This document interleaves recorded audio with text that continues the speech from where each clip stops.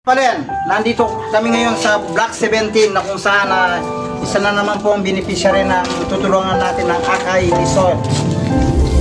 Sa pangunguna ng ating pambansang konsyal Jojo Bitog at ni Kuya Ching sa katuwang ni Darren Manalansan.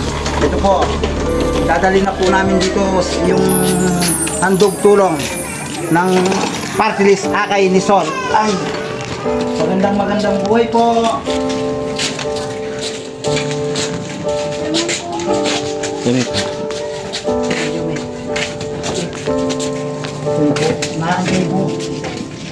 Ay, Maya Poras po. Ay, tap. Ay, pwede po.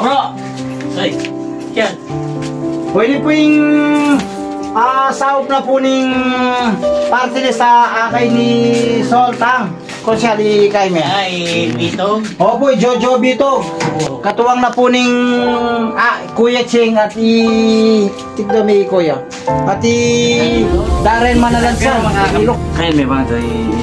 Ito po yung beneficiary ng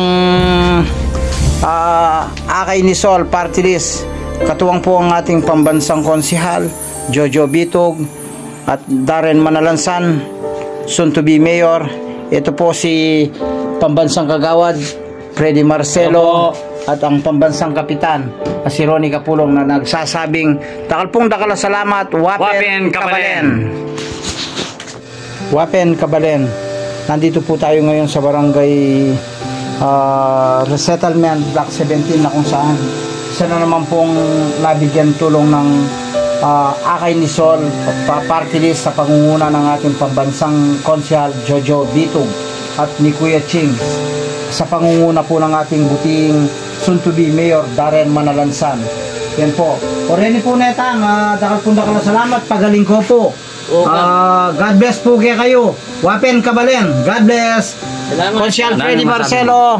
Yan. God bless po. Ano pong masasabi nyo sa Akay party list ni Jojo Bitog at ni Darren Manalansan? Dakalong salamat. Yan. Dakal salamat mo naman po. Yan. God bless. God bless. Thank you.